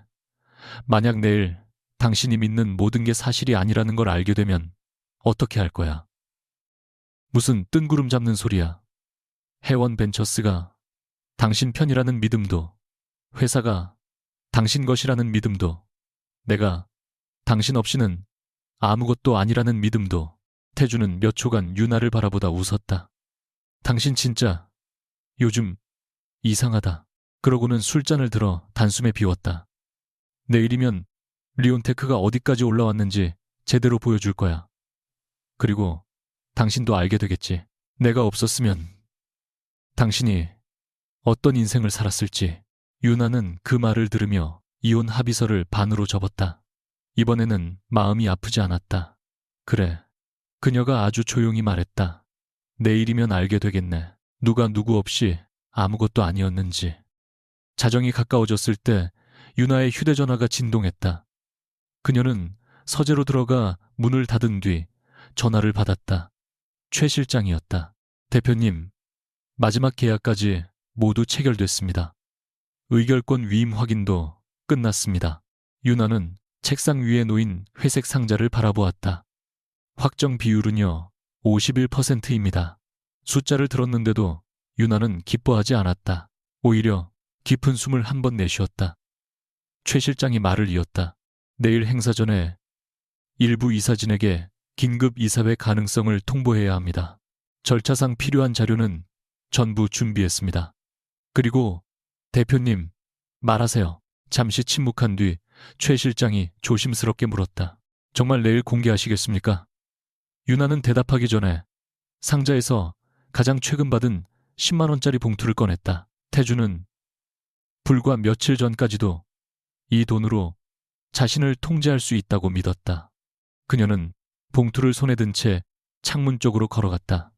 서울의 불빛이 유리창 너머로 끝없이 번지고 있었다. 몇 년 전 유나는 그 불빛을 바라보며 태준의 성공을 누구보다 바랐다. 그가 자신보다 높이 올라가도 괜찮다고 생각했다. 자신이 보이지 않아도 된다고 믿었다. 이제는 아니었다. 유나가 천천히 입을 열었다. 네. 목소리는 흔들리지 않았다. 내일 공개하세요. 최 실장이 짧게 대답했다. 알겠습니다, 대표님. 통화가 끝난 뒤 유나는 봉투를 다시 상자에 넣지 않았다. 책상 가장자리에 내려놓은 뒤 조명을 껐다. 어둠 속에서 마지막으로 남은 것은 노트북 화면에 떠있는 숫자였다. 51%. 그리고 다음 날 아침 강태준이 가장 자랑스러워하는 회사의 문은 더 이상 그를 주인으로 맞이하지 않을 예정이었다. 리온테크 창립 이후 가장 화려한 행사가 시작되기 1시간 전 강태준은 본사 대회의실 앞에서 자신의 이름이 적힌 대형 스크린을 바라보고 있었다. 오늘 발표할 문구는 그가 직접 고른 것이었다. 리온테크의 새로운 시대. 행사장 안에는 주요 임원과 투자 관계자들이 차례로 도착했고 한세라는 어제보다 더 눈에 띄는 옷을 입고 태준 곁을 지켰다. 그녀는 세차 키를 손에 쥔 채 직원들에게 자연스럽게 지시를 내렸다. 대표님, 동선에 기자들 겹치지 않게 해주세요. 그리고 제 소개 자료는 첫 번째 영상 끝난 다음에 띄우면 돼요. 아직 정식 임명 절차가 끝나지도 않았지만 누구도 대놓고 반박하지 못했다. 세라는 그 침묵을 권력이라고 착각했다. 태준 역시 마찬가지였다. 그는 거울에 비친 넥타이를 고쳐매며 세라에게 말했다. 오늘 지나면 다들 입 다물 거야. 민 전무도 그렇고 유나도 그렇고. 세라가 미소 지었다. 사모님은 안 오시겠죠? 오지 말라고 했어. 그래도 혹시. 태준은 고개를 저었다. 올 이유가 없어. 이혼 서류까지 줬는데 회사에 와서 뭘 하겠어. 바로 그때 행사장 밖 복도에서 직원들의 움직임이 갑자기 멈췄다. 몇 사람이 동시에 엘리베이터 쪽을 바라봤다. 태준은 짜증스럽게 고개를 돌렸다. 전용 엘리베이터 문이 열리고 있었다. 가장 먼저 나온 사람은 최 실장이었다. 그 뒤로 해원벤처스의 투자 담당 임원들과 법무팀 관계자들이 차례로 모습을 드러냈다. 평소 외부에 거의 모습을 보이지 않던 인물들이 한꺼번에 나타나자 리온테크 직원들 사이에서 낮은 술렁임이 번졌다. 태준의 얼굴에는 오히려 반가움이 떠올랐다. 그는 세라에게 작게 말했다. 봤지? 내가 뭘 했어? 회원 쪽에서 직접 왔잖아. 그는 환하게 웃으며 앞으로 걸어갔다. 최 실장님, 미리 말씀이라도 주시지 그랬습니까? 대표님도 혹시 오십니까? 최 실장은 아무 대답도 하지 않았다. 대신 엘리베이터 안쪽을 향해 한 걸음 비켰다.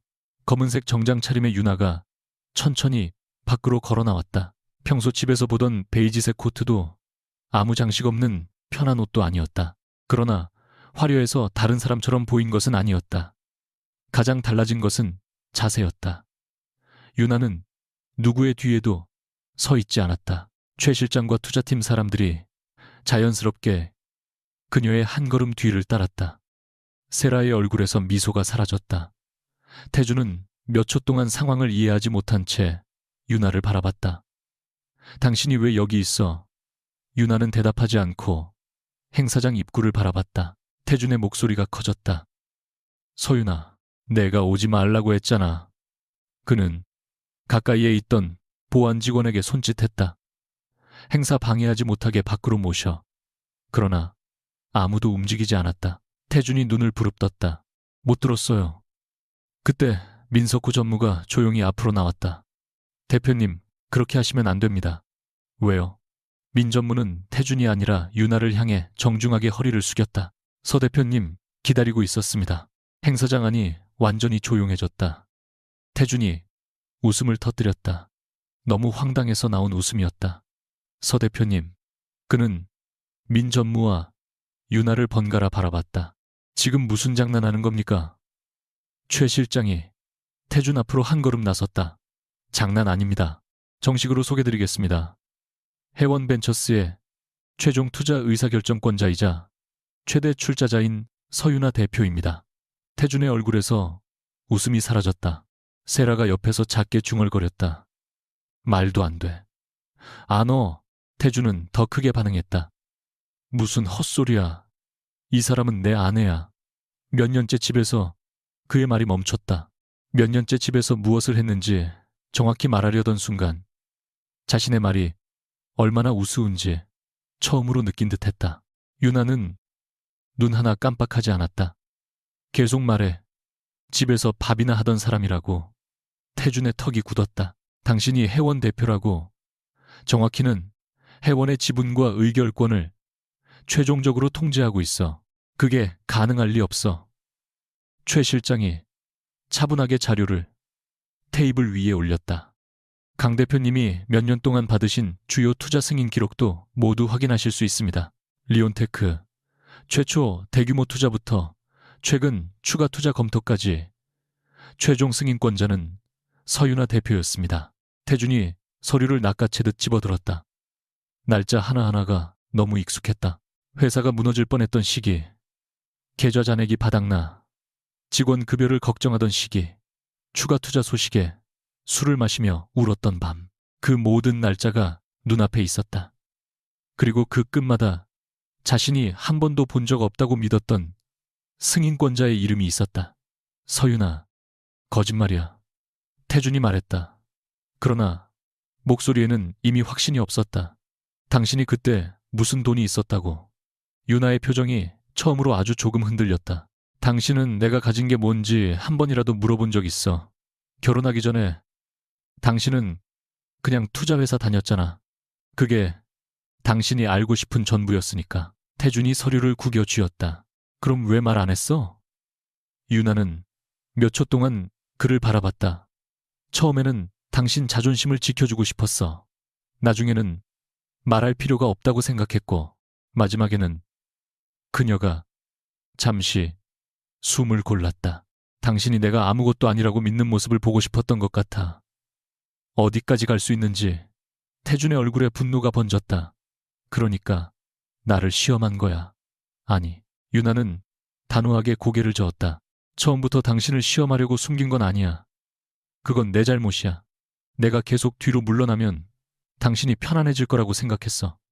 그런데 어느 순간부터 당신은 내가 뒤에 있는 걸 당연하게 여기더라. 그녀는 태준이 들고 있는 투자 기록을 가리켰다. 당신이 내가 다 해냈다고 말할 때마다 나는 입을 다물었어. 그 침묵이 당신한테 어떤 사람을 만들어냈는지 이제 알아. 태준은 반박하려 했지만 말을 찾지 못했다.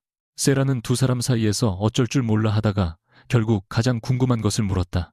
그래도 회사는 강 대표님 회사잖아요. 투자 좀 했다고 갑자기 주인이 되는 건 아니잖아요. 유나의 시선이 그녀에게 향했다. 맞아요. 그래서 투자만 한 게 아니에요. 최 실장이 다음 자료를 대형 화면에 띄웠다. 최근 몇 달 동안 여러 법인과 투자기구를 통해 분산돼 있던 의결권이 하나의 묶음으로 정리되기 시작했다. 초기 투자자, 오현석의 지분, 박정수의 지분, 몇몇 개인 주주들의 위임분, 기존 해원벤처스 보유분. 태준의 표정이 한 줄씩 숫자가 올라갈 때마다 굳어졌다.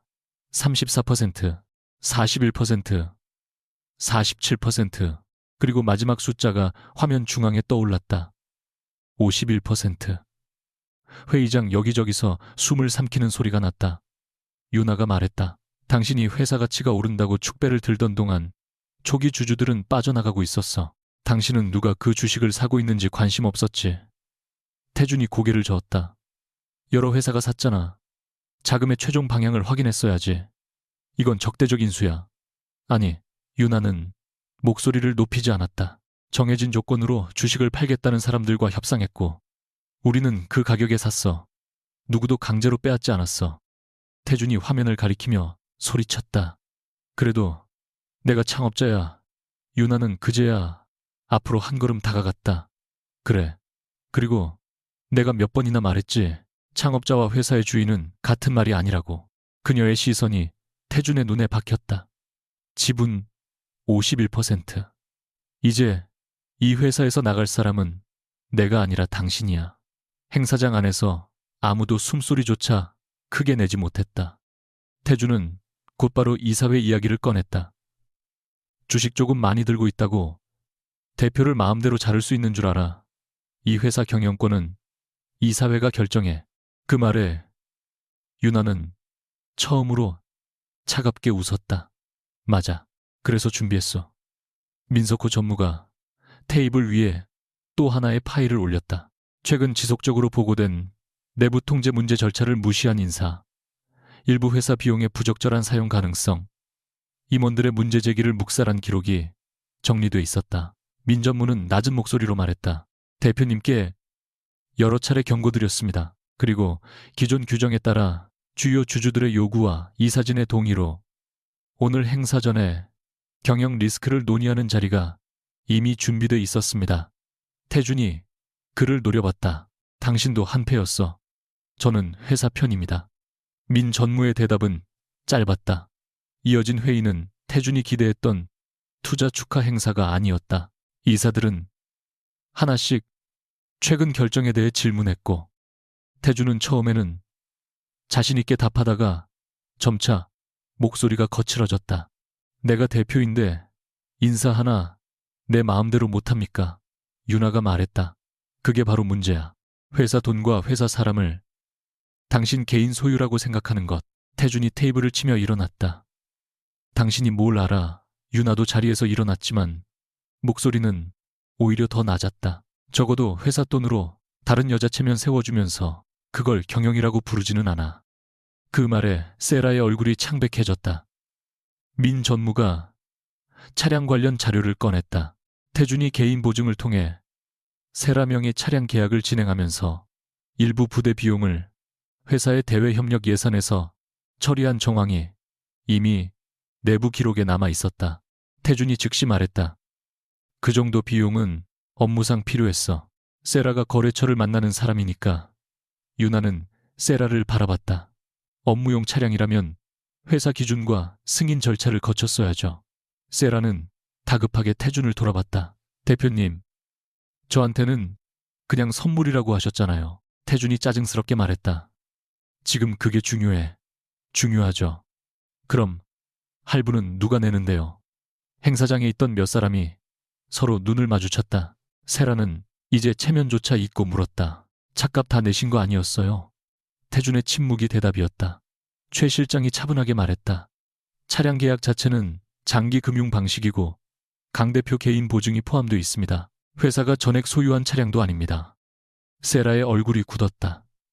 불과 1시간 전까지만 해도 그녀에게 자동차 키는 자신이 승리했다는 증거였다. 이제 그 열쇠는 갚아야 할 돈이 남은 계약서의 상징으로 바뀌었다. 그녀는 태준에게 낮게 물었다. 왜 저한테 말 안 했어요? 태준은 대답하지 못했다. 유나는 그 모습을 보면서도 웃지 않았다. 오히려 자신의 과거를 보는 듯했다. 세라 역시 자신이 듣고 싶은 말만 믿었다. 다른 점이 있다면 그녀는 사랑보다 안전을 원했고 태준은 그 환상을 돈으로 사주고 있었을 뿐이었다. 이사회 논의는 예상보다 길어졌다. 유나는 단 한 번도 자신이 최대 주주라는 이유만으로 결론을 강요하지 않았다. 대신 모든 자료를 열어놓고 이사들에게 판단을 요구했다. 그 태도가 오히려 태준을 더 불안하게 만들었다. 그는 한 명씩 이사들의 이름을 부르며 과거 자신이 그들에게 해준 일을 상기시켰다. 김 이사님, 내가 당신 팀 살렸잖아요. 박상무님, 그때 내가 승진시켜줬죠. 하지만 그의 말은 도움을 기억해달라는 부탁이 아니라 충성을 요구하는 명령처럼 들렸다. 결국 논의 끝에 이사회는 현 경영체제로는 리스크가 크다는 판단을 내렸고 태준의 대표이사 직무를 종료하고 새로운 경영진 선임 절차를 진행하기로 결정했다. 결정문이 읽히는 동안 태준은 의자에 앉아 움직이지 않았다. 몇 시간 전까지만 해도 자신의 이름이 적힌 스크린 아래에서 미래를 발표하려 했던 남자였다. 이제 화면에는 그의 이름 대신 경영체제 변경이라는 문구가 떠 있었다. 태준은 유나를 바라보며 거의 속삭이듯 말했다. 당신이 정말 나를 잘랐어. 유나가 대답했다. 아니, 당신이 만든 결과를 내가 더 이상 막지 않은 거야. 다 똑같은 말이잖아. 아니야. 유나의 눈빛이 흔들렸다. 예전의 나라면 오늘도 당신 대신 핑계를 만들었을 거야. 스트레스가 심해서 그렇다고 세라 씨에게 흔들린 건 잠깐이라고. 회사가 커지면서 판단이 흐려졌다고. 그런데 그 핑계들이 당신을 살린 게 아니라 망쳤어. 회의가 끝나고 사람들이 하나둘 나간 뒤에도 태준은 자리에서 일어나지 못했다. 세라는 이미 누군가와 통화하기 위해 복도로 나가 있었다. 몇 분 전까지만 해도 그의 팔을 끌어안던 여자가 지금은 차량 계약과 자신의 직책이 어떻게 되는지만 확인하고 있었다. 넓은 회의실에는 유나와 태준만 남았다. 태준이 갈라진 목소리로 말했다. 처음부터 이럴 생각이었어. 유나는 고개를 저었다. 아니, 그럼 언제부터 당신이 나한테 10만 원을 줬을 때도 아니야. 차를 사줬을 때도 아니고. 유나는 천천히 그를 바라봤다. 당신이 직원들의 말을 듣지 않고 회사 돈과 사람을 자기 체면을 위해 쓰기 시작했을 때야. 내가 계속 당신을 보호하면 이번엔 회사까지 같이 무너지겠구나. 태준이 이를 악물었다. 당신도 잘못했잖아. 왜 아무 말도 안 했어? 왜 내가 모르게 투자했어? 맞아. 유나는 놀라울 정도로 쉽게 인정했다. 나도 잘못했어. 당신이 상처받을까봐 내 능력을 숨겼고 당신 자존심을 지킨다는 이유로 중요한 사실을 말하지 않았어. 결국 나는 당신이 현실을 보지 않아도 되는 환경을 만들어줬어. 태준은 그 대답을 예상하지 못한 듯 고개를 들었다. 유나는 눈가가 붉어졌지만 울지는 않았다. 그래서 오늘 여기까지 온 책임이 전부 당신한테 있다고 말하지 않을 거야. 하지만 내가 책임져야 할 부분과 당신이 책임져야 할 부분은 달라. 그녀는 테이블 위 이혼 합의서를 그의 쪽으로 밀었다. 이제 나는 내 몫을 책임질 거야. 당신도 당신 몫을 책임져. 유나가 회의실 문을 열자 태준이 뒤에서 불렀다. 유나야. 몇 년 만에 처음 듣는 듯한 목소리였다. 명령도 비웃음도 아니었다. 두려움이 섞여 있었다. 유나는 걸음을 멈췄지만 돌아보지는 않았다. 태준이 힘겹게 물었다. 해원벤처스가 처음 투자한 것도 정말 당신이었어. 유나는 잠시 눈을 감았다. 내가 아무것도 아니었을 때도 그때 당신은 아무것도 아닌 사람이 아니었어. 유나의 목소리가 아주 작게 떨렸다. 가능성이 있었고 누구보다 열심히 했고 실패해도 다시 일어났어. 그래서 투자한 거야. 남편이라서가 아니라 투자할 가치가 있는 사람이어서. 태주는 아무 말도 하지 못했다. 그 대답이 오히려 가장 잔인했다. 그는 지금까지 자신의 성공이 허상이었다는 말을 듣고 싶지 않았지만 유나는 그렇게 말하지 않았다. 과거의 자신에게는 실제 가치가 있었다고 인정해 주었다. 그렇기에 지금의 추락은 누구의 음모도 아니었다. 스스로 변한 결과였다. 유나는 마침내 돌아서서 그를 보았다. 내가 당신 성공을 만든 건 아니야, 태준아. 당신은 분명 스스로 잘해낸 부분이 있어. 하지만 어느 순간부터 그걸 혼자만의 힘이라고 착각했어. 그리고 옆에 있던 사람들을 밟기 시작했지. 그녀는 문 밖으로 걸어 나갔다. 복도 끝에서 최 실장과 민 전무가 기다리고 있었다. 유나가 다가오자 최 실장이 물었다. 대표님, 다음 일정 진행할까요? 유나는 잠시 뒤를 돌아봤다. 열린 회의실 문 너머로 태준이 혼자 앉아 있었다. 그리고 그녀는 고개를 돌렸다. 네, 이제 회사부터 정상화하죠. 그날 저녁 리온테크 건물을 나선 유나는 곧장 차에 타지 않았다. 유리 외벽에 비친 자신의 모습을 한동안 바라봤다. 그렇게 오래 준비했던 날이었다. 10만 원짜리 봉투를 받을 때마다 상상 속에서는 태준이 무릎을 꿇고 후회하는 모습을 떠올린 적도 있었다. 자신이 누구인지 밝혀지는 순간 통쾌하게 웃을 수 있을 거라고 생각했던 날도 있었다. 그러나 막상 모든 것이 끝나자 마음에는 승리감보다 깊은 피로만 남았다. 최 실장이 조금 떨어진 곳에서 기다리고 있었다. 유나는 휴대전화를 꺼냈다. 화면에는 해원벤처스 내부 보고가 아니라 짧은 문자 하나가 떠 있었다. 발신자는 태준이었다. 한 번만 만나서 얘기하자. 유나는 답장을 쓰지 않았다. 대신 가방 속에서 오래 가지고 다니던 마지막 10만 원짜리 봉투를 꺼냈다. 한쪽 모서리가 구겨져 있었다. 그녀는 그것을 바라보다 다시 가방 안에 넣었다. 아직 버릴 때는 아니었다. 회사의 문제는 오늘로 방향을 바꿨지만 두 사람의 결혼은 아직 마지막 말을 남겨두고 있었다. 유나는 천천히 차에 올라탔다. 창밖으로 리온테크 간판이 멀어지기 시작했다. 그 순간 그녀는 처음으로 깨달았다. 오늘 자신이 빼앗은 것은 태준의 회사가 아니었다. 그가 자기 것이라고 착각하던 권력이었다. 그리고 정작 되찾은 것은 자신이 오래전에 스스로 포기했던 이름이었다. 서유나. 누군가의 아내가 되기 전부터 존재했던 자신의 이름이었다. 리온테크에서 강태준의 이름이 대표이사 명단에서 사라진 지 열흘이 지났지만 회사는 무너지지 않았다. 오히려 유나가 가장 먼저 한 일은 자신의 이름을 새 대표 자리에 올리는 것이 아니었다. 그녀는 해원벤처스가 추천한 외부 경영 전문가와 기존 리온테크 임원들로 비상경영위원회를 구성했고 기술개발과 영업조직은 가능한 한 흔들지 않았다. 태준에게 반대했다는 이유로 지방 프로젝트에 밀려났던 직원도 원래 자리로 돌아왔다. 한세라를 위해 급하게 만들었던 브랜드 전략실 계획은 전면 재검토에 들어갔다. 임원회의에서 누군가 유나에게 직접 대표를 맡을 생각이 없느냐고 묻자 그녀는 단호하게 말했다. 지분을 많이 가진 사람이 경영도 가장 잘한다는 보장은 없어요. 우리가 강태준 대표에게서 배워야 할 가장 중요한 교훈이 그거 아닌가요?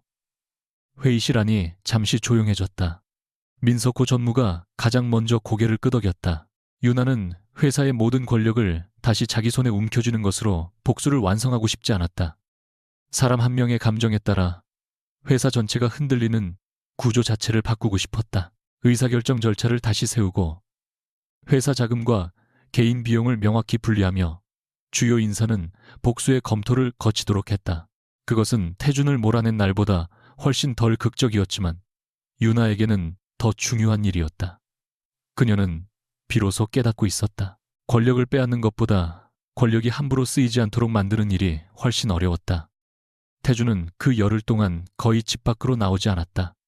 정확히 말하면 이제 그곳도 곧 자신의 집이 아니게 될 예정이었다. 이혼 절차가 시작됐고 유나는 이미 필요한 개인 물건을 정리해 다른 곳으로 옮긴 상태였다. 태준의 휴대전화에는 예전처럼 투자 제안이나 인터뷰 요청이 오지 않았다. 대신 기자들의 확인 전화와 임원 시절 알고 지내던 사람들의 짧고 조심스러운 메시지만 남았다. 어제까지 자신을 형님이라 부르며 술자리를 만들던 사람들 가운데 먼저 연락해오는 사람은 거의 없었다. 가장 곁에 있을 것 같았던 세라도 달라졌다. 처음 며칠 동안 그녀는 태준의 집에 머물렀다. 다시 돌아갈 수 있는 거죠. 지분이 있다고 해도 대표님이 창업자인 건 변하지 않잖아요. 세라는 하루에도 몇 번씩 같은 질문을 했다. 태준은 처음에는 자신 있게 대답했다. 시간 좀 지나면 이사들도 정신 차릴 거야. 회사는 나 없이는 안 돌아가. 그러나 일주일이 지나도 회사는 정상적으로 돌아갔다. 중요한 거래처도 떠나지 않았고 기술팀도 흔들리지 않았다. 오히려 시장에서는 경영 불확실성이 줄었다는 평가까지 나오기 시작했다. 그 소식을 접할 때마다 태준은 말을 잃었다. 어느 날 세라는 결국 식탁 위에 자동차 계약서를 내려놓았다. 이거 어떻게 할 거예요? 태준이 고개를 들었다. 뭘 차요? 매달 나가는 돈이 생각보다 훨씬 많잖아요. 대표님이 다 처리했다고 했잖아요. 내가 해결할게. 언제요? 그 한마디에 태준은 처음으로 자신이 그녀에게도 더 이상 대표님이 아니라는 것을 느꼈다. 세라는 단순히 차 한 대 때문에 불안한 것이 아니었다. 그녀는 어릴 때부터 빚 독촉 전화를 피해 가족과 여러 번 이사를 다녔다. 겨울에도 난방비를 아끼려고 두꺼운 외투를 입은 채 잠들던 기억이 있었다. 그래서 돈 많은 남자를 사랑한 것이 아니라 돈이 주는 안전을 사랑했다. 태준이 비싼 식당에서 망설이지 않고 카드를 내고 원하는 것을 말하기도 전에 사주며 자신에게 내 옆에 있으면 걱정할 필요 없다고 말했을 때 그녀는 처음으로 과거에서 도망쳤다고 생각했다. 하지만 지금 눈앞의 남자는 며칠째 수염도 제대로 깎지 않은 채 회사 뉴스를 검색하고 있었다. 세라는 결국 참지 못했다. 솔직하게 말해주세요. 다시 돈 벌 수 있어요. 태준이 고개를 들었다. 그게 지금 중요해. 저한테는 중요해요. 결국 돈 때문이었어. 세라의 얼굴이 굳었다. 그럼 대표님은요? 제가 왜 좋았는데요? 태준이 말을 잃었다. 세라는 씁쓸하게 웃었다. 제가 대표님 대단하다고 해주고 성공한 사람처럼 대해주니까 좋았잖아요. 사모님은 그렇게 안 해주니까 싫어진 거고. 태준의 표정이 창백해졌다. 가장 듣기 싫었던 말을 하필 세라가 정확히 찔렀다. 세라는 눈물을 참으며 차키를 움켜쥐었다. 저도 좋은 사람 아니에요. 알아요. 남의 남편인 것도 알면서 욕심냈어요. 그런데 적어도 우리 둘 다 서로한테서 원하는 게 있었잖아요. 그런고 그녀는 계약서를 가리켰다. 이 차는 제 명의로 남았어요. 회사도 안 가져가고 대표님도 돈이 없는데 빚만 저한테 남았다고요. 결국 두 사람은 서로를 위로하지 못했다. 하지만 반짝이던 수입차와 남은 할부금은 그대로 그녀의 몫이었다. 그녀가 그렇게 갖고 싶어 했던 성공의 상징은 매달 통장에서 빠져나가는 숫자가 되어 돌아왔다. 태준이 유나에게 다시 연락한 것은 그날 밤이었다. 이번에는 한 번만 만나자는 메시지 뒤에 어떤 명령도 붙어 있지 않았다. 유나는 여러 번 화면을 껐다 켠 끝에 만남을 받아들였다. 장소는 두 사람이 처음 리온테크 창업을 이야기했던 작은 카페였다. 세월이 지나 내부는 완전히 바뀌었지만 창가 자리만은 비슷했다. 먼저 와 있던 태준은 유나가 들어오자 무의식적으로 일어섰다. 값비싼 정장 대신 평범한 셔츠와 코트를 입고 있었다.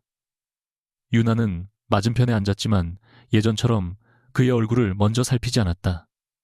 태준이 입을 열기까지 오랜 시간이 걸렸다. 회사 잘 돌아가더라. 응, 나 없어도. 유나는 대답하지 않았다. 태준이 자조적으로 웃었다. 그게 제일 충격이었어. 회사 뺏긴 것보다. 그는 물잔을 만지작거리며 말했다. 난 진짜 내가 없으면 다 무너질 줄 알았어. 직원도 회사도 당신도. 유나가 조용히 그를 바라봤다. 태준은 고개를 숙였다. 왜 한 번도 말하지 않았어? 예상했던 질문이었다. 뭘 해원 벤처스? 당신이 그 뒤에 있었다는 거. 내가 힘들 때 당신이 투자하게 했다는 거. 유나는 한동안 답하지 않았다. 처음에는 당신이 상처받을까봐 그녀가 말했다. 당신은 그때 실패할 때마다 내가 자기보다 잘나서 싫다고 말하진 않았지만 표정으로 다 보였어. 내가 투자업계 사람들을 만나고 돌아오는 날이면 괜히 예민해졌고 태주는 아무 말도 못했다. 그래서 내가 뒤로 물러났어. 당신이 다시 자신감을 찾으면 우리도 괜찮아질 거라고 생각했어. 그럼 나 때문에 아니. 유나는 즉시 고개를 저었다. 그렇게 말하면 또 당신한테 모든 책임을 넘기는 거야. 내가 선택한 거야. 잘못된 선택이었고. 태주는 한참 뒤 아주 낮은 목소리로 말했다. 내가 당신을 그렇게 만든 줄 몰랐어. 유나가 쓴 웃음을 지었다. 당신이 날 그렇게 만든 게 아니야. 나는 원래 사랑하는 사람이 힘들어하면 내가 더 참으면 된다고 생각하는 사람이었어. 엄마한테 그렇게 배웠거든. 그녀는 창밖을 바라봤다. 당신은 그걸 이용했고 나는 이용하도록 내버려뒀어. 태준의 눈가가 붉어졌다. 미안해. 그 두 글자가 나오기까지 너무 오래 걸렸다. 유나는 기다렸지만 아무 말도 하지 않았다. 태준은 손으로 얼굴을 문질렀다. 처음에는 진짜 당신 행복하게 해주고 싶었어. 내가 돈 많이 벌어서 당신 일 안 해도 되게 해주고 싶었어. 그런데 어느 순간부터 내가 돈을 버는 사람이니까 내가 더 중요한 사람이라고 생각했어. 그의 목소리가 갈라졌다. 당신이 뭘 말하면 날 무시하는 것 같았고 세라는 내가 하는 말마다 대단하다고 했어. 그게 좋았어. 내가 진짜 성공한 사람 같았거든. 유나는 차분하게 들었다. 그래서 나한테 10만 원 줬어. 태주는 고개를 들지 못했다. 처음엔 돈을 통제하려고 그런 건 아니었어. 나중에는 긴 침묵 끝에 태준이 인정했다. 터준이 나중에는 당신이 나한테 의지하는 걸 확인하고 싶었던 것 같아. 유나의 가슴 안쪽이 아려왔다. 그러나 예전처럼 무너지지는 않았다. 그녀는 그 말을 듣기 위해 기다린 것이 아니었지만 이제야 두 사람의 결혼에서 가장 추악했던 부분에 정확한 이름이 붙었다. 다시 시작할 수 없을까? 태준이 마침내 물었다. 유나는 눈을 감지 않았다. 피하지도 않았다. 회사도 돌려달라는 거 아니고 나 다시 일할게. 처음부터 시작해도 돼. 당신이 원하는 방식으로. 태준아. 유나가 그의 말을 멈췄다.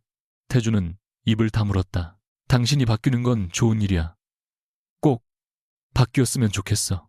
그의 눈에 아주 작은 희망이 떠올랐다. 그러나 유나의 다음 말은 단호했다. 그런데 그 변화의 보상으로 내가 돌아가야 하는 건 아니야. 태준의 눈빛이 굳었다.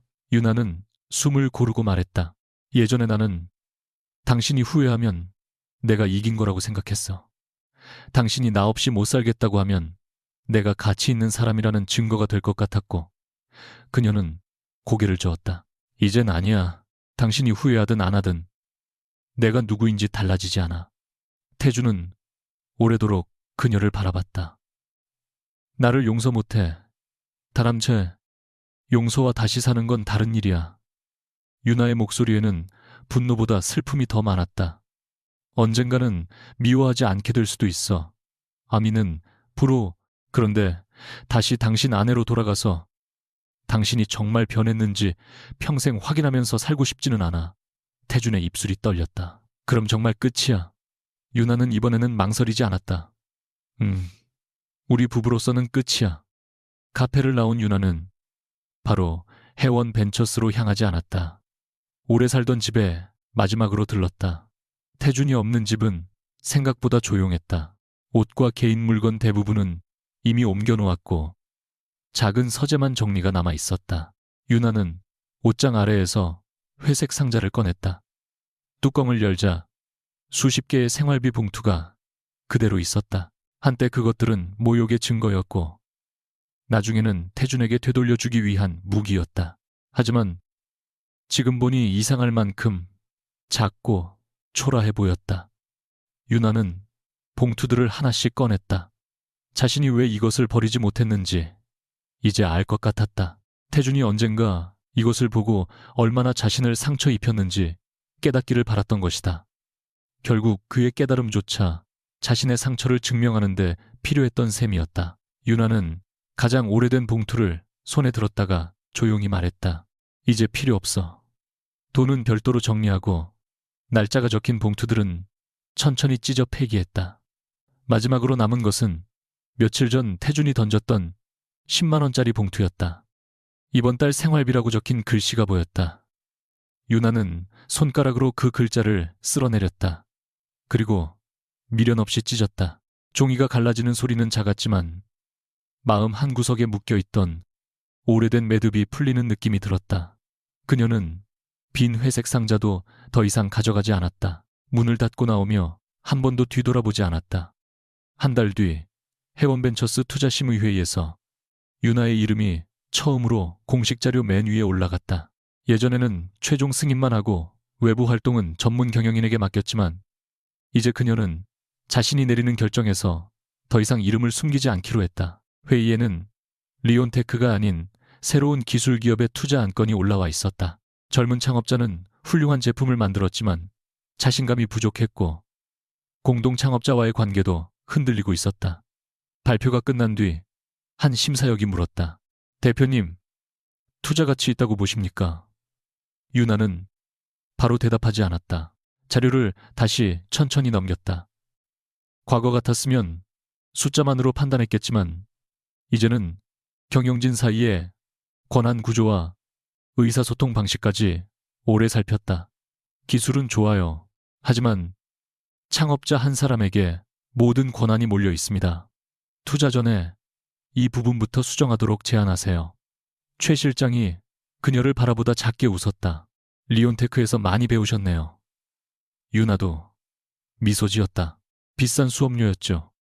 회의가 끝난 뒤 민석호에게서 리온테크의 월간 보고가 도착했다.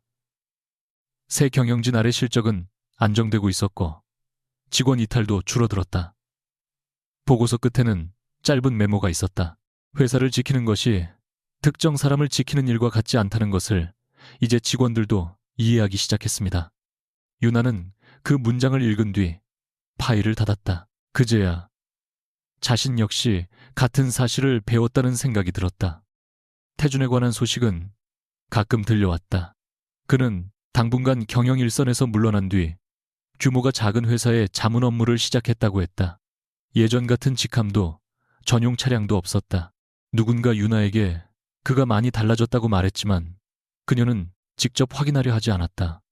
그것은 이제 그의 인생이었다.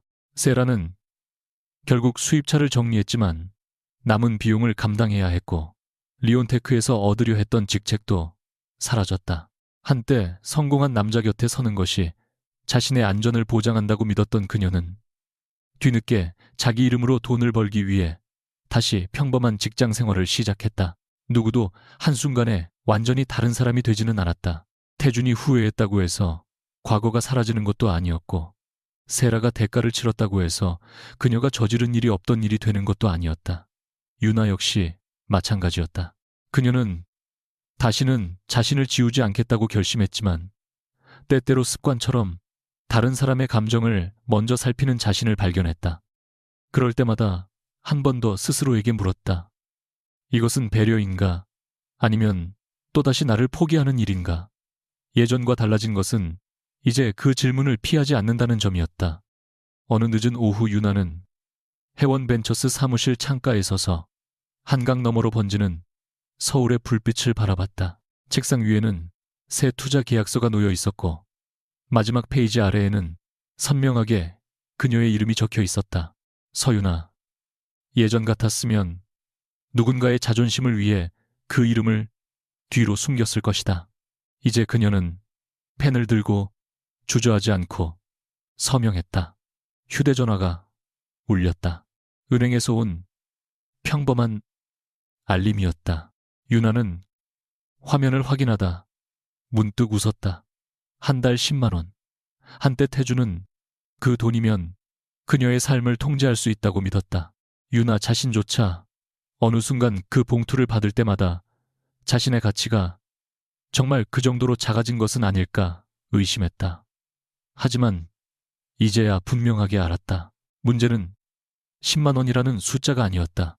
돈을 주는 사람이 받는 사람의 가치까지 정할 수 있다고 믿었던 관계가 문제였다. 유나는 휴대전화를 내려놓고 회의실로 향했다. 문을 열기 직전 최 실장이 그녀에게 물었다. 대표님, 준비되셨습니까? 유나는 잠시 자신의 이름이 새겨진 문패를 바라봤다. 그리고 편안하게 웃었다. 네, 이번에는 제 이름으로 시작하죠. 문이 열렸다. 안에서는 사람들이 그녀를 기다리고 있었다.